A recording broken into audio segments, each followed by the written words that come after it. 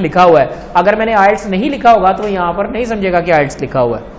यानी अब वो क्या करेगा, उसको डाउट है, वैसे मैंने किसी ने शिकायत लगाई हुई है ना, अब वो बार बार मेरे पेज को क्रॉल करके चेक कर रहा है, मेरे पेज को देख रहा है कि यार कहीं इसने कोई गड़बड़ तो नहीं की हुई है।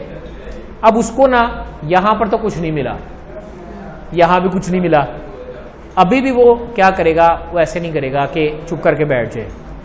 वो करेगा क्या, वेट करेगा। कोई और रिपोर्ट तो नहीं करता, किसी और ने भी रिप्यूटिव यूज कर दिया।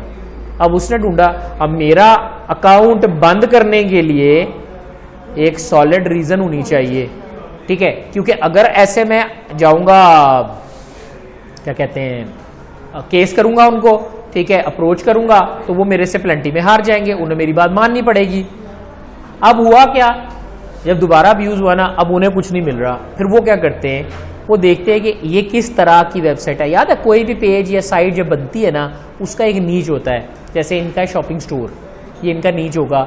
आगे जब हम ऑफ पेज में काम करते हैं ना, तो कैटेगरी बोलते हैं इसको, ठीक है। अब उसी कैटेगरी के मुताबिक वो देखेगा यार ये कैटेगरी है, अच्छा ये 1 2 3 4 5 6 10 50 लोग हैं जिनकी अच्छी खासी इस कैटेगरी में एक वर्थ है।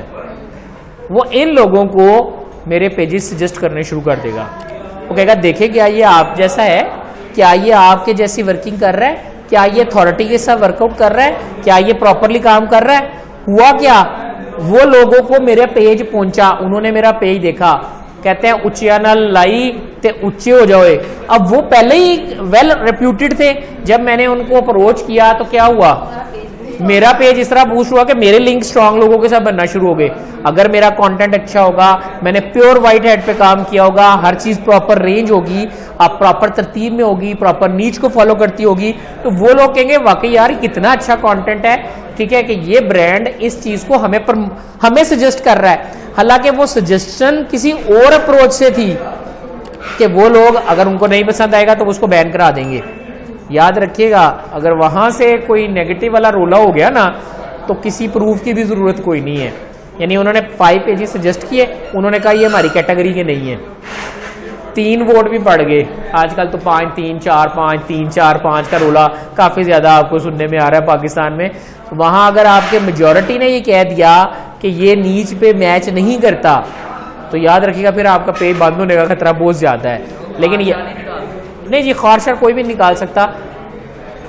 याद रखें, जितना मैं वो यही तो मैं बता रहा हूं, पहले शुरू में ऐसे होता था, कंपेटिटर करते थे ऐसे, ठीक है, लेकिन वो कंपेटिटर के इस करने की वजह से मुझे बूस्ट मिल जाता था। याद रखें, मैंने रिपोर्ट अब्यूज करना है ना, तो मैं कोई देख के रिपोर्ट अब्यूज करूंगा ना। अगर मैं बटन दबाई जाऊंगा तो वो मेरे अकाउंट को बैन कर देंगे कि ये बंदा बगैर सोचे समझे एवं लोगों के अकाउंट जो है वो सॉफ्टवेयर है, इसके अंदर उससे चेक भी हो जाता है कि कौन कौन ऐसे कर रहा है, ठीक। लेकिन शुरू में ऐसे होता था कि कंपेटिटर एनालिसिस करने के बाद ना हम अपने कंपेटिटर को इस तरह हिट करते थे। मुझे आज भी याद है, चलें छोड़े, हम जब ना ये पेड कंपेन होती है ना, उस पर तो अपने ही अकाउंटों के साथ जो है ना उनकी कंपेन देख लो, उनके पैसे खत्म हो जाएंगे, ठीक है। अब बड़े चालाक हो गए, अब इनके यही सिस्टम इतने स्ट्रांग है, वो चेक कर लेते हैं कि यार इसको अगर 10 इंप्रेशन है, कहीं 100 इंप्रेशन यही तो नहीं उसके ज़ाया करवा रहा। क्यों? क्योंकि कल को ना मुझे भी जस्टिफाई करना है। अब इतने पावरफुल एनालिटिक्स आ चुके हैं कि मैं देख सकता हूं कि दुनिया में किस हिस्से में से मेरी वेबसाइट या मेरे वेब पेज या मेरी प्लेटफॉर्म के ऊपर जो है वो कि कौन कौन आया है, क्या वाकई कोई फायदा हुआ है या नुकसान हुआ है। अगर मुझे नुकसान हुआ होगा तो नीचे एक फीडबैक होता है, ठीक है। मैं इंस्टा के ऊपर ना, मुझे एक दफ़ा ऐसा हुआ कि ना कंपेन हो गई, चल भी गई, प्रमोशन भी हो गया, लोगों ने ऐड भी देख लिया, ठीक है। लेकिन ये कि रिजल्टेंट में एक मसला ये आया कि रिजल्टेंट के अंदर जो वर्किंग थी ना, उसके अंदर मैं सेटिस्फैक्ट्री रिजल्ट में नहीं था, क्योंकि मैंने वहाँ पे कंपेन चलाई थी मैसेजेस वाली कि मुझे मैसेज आए इंस्टा उसके ऊपर, इंस्टा के मैसेंजर में, लेकिन मुझे मैसेज नहीं आए। मुझे उन्होंने क्या किया, सिर्फ इंप्रेशन आए, 2 मैसेज आए टोटल। राउंड अबाउट कोई कह लें उस वक्त 1100 कुछ की कंपेन चली, 1 साल पहले की बात है, ठीक है। पहले कपड़ा सस्ता होता था तो डॉलर महंगा हो गया तो कटिंग बड़ी ज़्यादा होती है, ठीक। अब दरअसल अगर आप 100 रुपये के ऐड चलाते हैं तो 115 रुपये आपके कटिंग में आते हैं। अब डिसाइड क्या हो गया कि ग्रे हैट जो कभी नेगोशिएबल था कभी नहीं था, लेकिन याद रखें अगर आपने ज़्यादा देर रखा ना तो फाट टूट जाएगा। एग्जाम्पल देता हूँ, आज आप अपने चैनल के ऊपर टी सीरीज़ का गाना डाउनलोड अपलोड करें, देखें आपका चैनल ब्लॉक होता है कि नहीं होता। आप अपलोड करेंगे, अभी रिफ्रेश भी नहीं किया होगा तो आपका चैनल जो है वो आ जाएगा, ठीक है, कि ये मसले करेक्शन करें, 3 से 5 मिनट के अंदर अंदर वो आपका चैनल बंद कर देगा। हाँ वही बात है ना कि ग्रे एटर वो ब्लैक को थोड़ा सा ग्रे करते हैं, उस पर चेंजिंग करते हैं, उसकी पिच बढ़ा देते हैं, कम कर देते हैं, या इस तरह की चीज़ें करते हैं, ठीक है।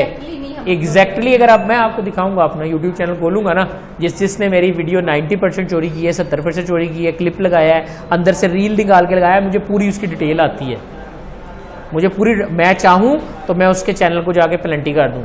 टी सीरीज़ क्योंकि वो बड़ा प्लेटफॉर्म है, दैट्स वाई वो फ़ौरन ही फारग करा देते हैं, ठीक है। उनकी ऑडियो आप यूज़ कर लें अपनी पार्टी वियरिंग पे, वो बड़े तेज़ हैं, उनकी टीम बैठी हुई है बाकायदा, ठीक, वो वेरीफाई करके देख लेती हैं। अब मैं आपको एक और मज़े की बात बताता हूँ, यूट्यूब पे अगर मेरा चैनल मोनेटाइज है और मैं इनकी कोई वीडियो लगा रहा हूँ, ये भी मोनेटाइज्ड है, मैंने इनकी कोई वीडियो यूज़ की है अपने पास, ठीक है, तो अगर ये अनडिस्ट्रीब्यूटेड रहती है ना, यानी ये डिस्ट्रीब्यूट में नहीं जाती, यानी मसले में नहीं जाती, तो जो मैं कॉपीराइट क्लेम लगेगा उसके ऊपर, उसके 50% अर्निंग इनको जाएगी। यानी मैं अगर उसे 100 रुपया कमाता हूँ तो 50 रुपये इनको मिलेंगे, 50 मुझे मिलेंगे। तो ये एक लिंक बिल्डिंग टेक्निक है, जब ऑफ पेज पढ़ेंगे तो तब बात करेंगे। लेकिन अभी कहने का मतलब ये था कि मैंने ये कहा कि एक्चुअली क्रॉलर करते क्या है। Crawler is the process of visiting a website और a web content by search engine automated software agent called robot. ये रिबूट है और गेम ही इसकी है। अगर आप किसी तरह इसके बारे में चीज़ें जान जाएंगे तो आप बुलाएं, और अगर आप इससे अनफेमिलियर हो गए तो वही होगा जो 2011-12 में हुआ, ठीक है। गूगल पांडा, बड़े लोगों को उसने फ्लैट कर दिया। मुझे आज भी याद है, उसको कहते थे कि ब्लॉगर्स सिर्फ जिंदा रह जाएंगे, वेबसाइट्स खत्म हो जाएंगी। लेकिन जब गूगल पांडा एल्गोरिदम है, यानी रिबोट को कैसे काम करता है, इसके ऊपर बाकायदा सेमिनार्स होते हैं। गूगल बदल बदल के नई नई चीज़ें बताता है कि ये करे, ये करे, ये होगा, ये करे, ये होगा। तो रिबोट की डिटेल आती है, रिबोट्स के एल्गोरिदम होते हैं और उसके मुताबिक जो आपकी वर्किंग है वो आ जाती है। याद रखिएगा, रिबोट को क्रॉलर भी कहते हैं, स्पाइडर भी कहते हैं। मुख्तलिफ लैंग्वेजेस में मुख्तलिफ वर्ड यूज़ किए जाते हैं। तो ये ऐसे ही है कि ये वेब है और ये इसको टटोल रहे हैं। और मैंने अभी आपको क्या कहा था, it reads the information on the actual site. ये देखते हैं कि जेन्युइन मटेरियल किसका है। जिसने पहले अपलोड किया ना वो जेन्युइन है। डिजिटल दुनिया में जिसकी अपलोडिंग टाइम जो है वो पहले है ना, वो जेन्युइन है। Actually site and also follow the links that the site contacts to perform indexing on the linked website as well. यानी उसके लिंक कौन से, अभी मैंने आपको एग्जांपल दी थी कि प्रमोट होने की, ठीक है। तो लोगों ने इस तरह बहुत ज़्यादा इंस्टा से ना अपने पास फॉलोअर बढ़ाए कि अपना अच्छा कंटेंट लगाकर उसको खुद ही अब्यूज़ किया और इस तरह से उन्होंने लिंक बिल्डिंग जो है जनरेट कर दी। The crawler returns all that information back to a central depository. ये आप अपने हिसाब में रखता था। मतलब मैंने कहा था सपोज आप 3 है तो मैंने आपका काम चेक किया, आपका चेक किया, और मैं अपने दिमाग में रखता जा रहा हूँ, हाँ यार वो बहुत अच्छा पढ़ रही है, बाकी उतना अच्छा नहीं पढ़ रहे। तो ये भी ऐसे करता है कि अपने पास इसका रिकॉर्ड रखता जाता है। The crawler will periodically returns to the site। एवं ही जाकर रात को चेक कर लेता है, दिन में चेक कर लेता है, दोपहर को चेक कर लेता है, शाम को चेक कर लेता है, बदल बदल के कि क्या हर चीज़ सही हो रही है अगर आपने कोई चेंजिंग की है। याद रखिएगा, साइट मैप में हम ये बताते हैं कि हम अपनी वेबसाइट को कितनी देर बाद चेंज करेंगे और फिर क्रॉलर भी उसके मुताबिक इन होता है। नेक्स्ट अगली चीज़ है इंडेक्सिंग। अब मैंने इसको भी पढ़ लिया, आपको पढ़ लिया, इसको पढ़ लिया। अब मैं उसको अपने पास रिकॉर्ड कर लूंगा। मैंने कहा indexing is the process of storing website content gathered bye crawler. अब जो क्रॉलर ने चीजें इकट्ठी की थी ये उसको इकट्ठा करेगा, into the search engine, search engine में लेके जाएगा। This content contains website description and other information about the website. हम अब इसके लिए एक लफ्ज यूज करते हैं, general information, Meta information. Meta को चेक करता है, लिंक्स को चेक करता है, कीवर्ड्स चेक करता है और चेक करता है collected from different parts of the website कि different parts of the website से ही कैसे लिए गए हैं। अब मैंने रिकॉर्ड रख लिया, यार अगर कोई लफ्ज़ वेब होस्टिंग सर्च कर रहा ना तो इसकी वेबसाइट सबसे अच्छी है, उस पर सबसे ज़्यादा दफ़ा ये लफ्ज़ आया और बहुत से लोग इसको पसंद कर रहे हैं। PR, page rank and traffic, ये दोनों चीज़ें बहुत काउंट करती हैं, ठीक है। फिर क्या हुआ, फिर ये हुआ सर्चिंग हुई।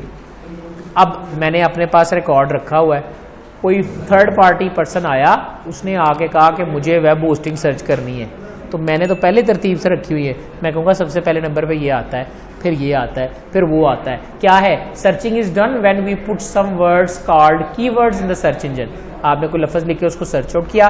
मैं समझता हूँ कि अब आपको कीवर्ड का मतलब समझ आ गया है। जो भी क्यूरी स्ट्रिंग आप किसी भी सर्च इंजन में सर्च करने के लिए लिखेंगे वो आपका कीवर्ड कहलाता है। इसको सुन के तो ऐसा लगता है कि एक लफ्ज़ होगा, बट याद रखिएगा ऐसा नहीं है।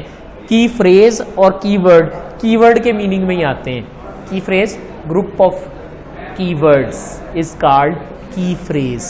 याद रहे, मीनिंगफुल हो तो सेंटेंस होता है, अनमीनिंगफुल होगा तो वो आपका फ्रेज कहलाएगा। फिर क्या हुआ? Searching is a process of search engine to look into database of stored information created through indexing and then show result. यानी वो जो मैंने स्टोर किए हुए थे वो यूजर को मैंने दिखा दिए।